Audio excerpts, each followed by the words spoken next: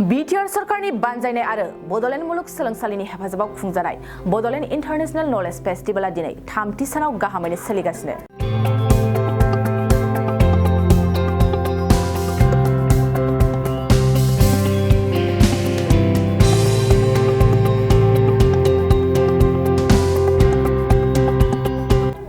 जागायजेननाय सानखालिनिफ्रायनो बे गियाननि फोरबोआव हादरनि आरो गुबुन हादरनि गोबां गुन गोनां सुबुंफ्रा बाहागो लानानै गुबुन गुबुन आयदानि सायाव गुवारै फोरमायनाय आरो गियान होनाया सोलिदों।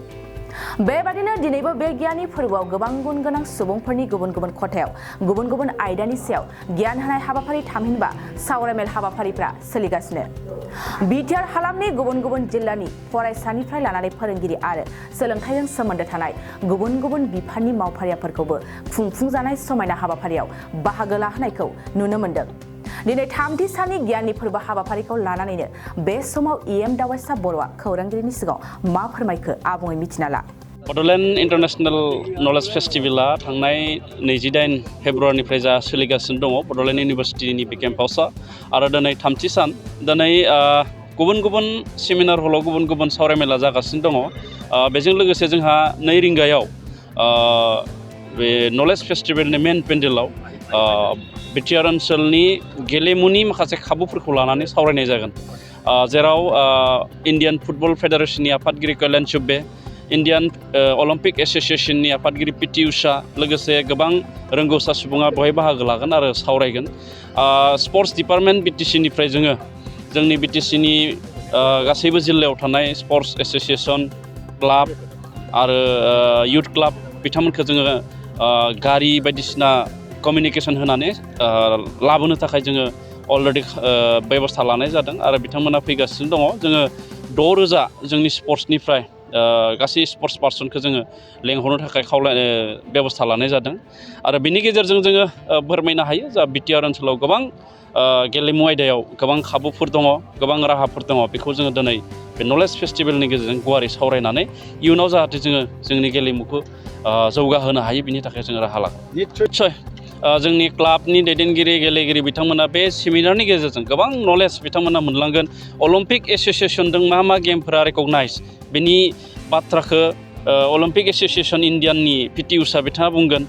इण्डियान फुटबल फेडारेशननि आफादगिरि कल्याण चुब्बे बिथाङाबो माखासे बाथ्राखौ बुंगोन। एस'सिएशन खालामनो थाखाय बा स्पर्ट्स एस'सिएशनफ्रा मा बिबान दङ, मा खामानि मावनांगौ, स्पर्ट्स अर्गेनाइजेशन बोरै खालामनांगौ, बे आरो स्पर्ट्सखौ जोङो डेभेलप खालामनोब्ला मा राहाजों जोङो थांनांगोन, बे गासैबो बाथ्राखौ जोंनि जायफोर बाहागो लागिरि बिथांमोना मोजाङैनो मोनथिलांगोन होननानै आंहा फोथायनाय दं। जोबोद मोजां खौरां, मैयानिफ्राय गुवाहाटीनि डक्टर टिआव बे मोनसे इन्टारनेशनेल नेशनेल लेभेलनि टुर्नामेन्ट, बेयाव अइल इन्डिया लिमिटेडजों जोंनि बिटिआर टीमा ड्र' गेलेदों।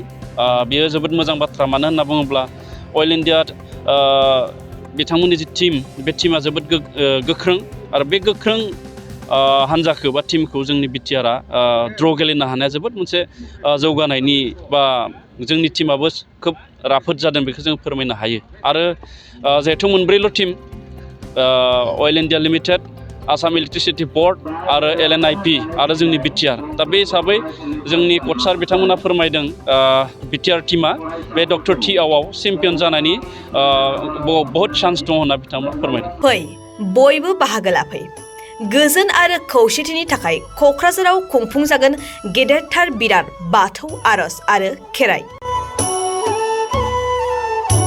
फैगौ मार्च दाननि 3, 4 आरो 5 खालार सानथामनि हाबाफारिजों 100 दौरि आरो रोजासे आर'ज गाबग्राफोरखौ लानानै क'क्राझाराव खुंफुंजागोन गेदेरथार बिराद बाथौ आर'ज आरो खेराइ। गोजोन आरो खौसेथिनि थाखाय क'क्राझार ओनसोलनि बाथौ सिबियारि सानसुमैफोरनि बानजायनायाव बे गेदेरथार हाबाफारिया खुंफुंजागोन।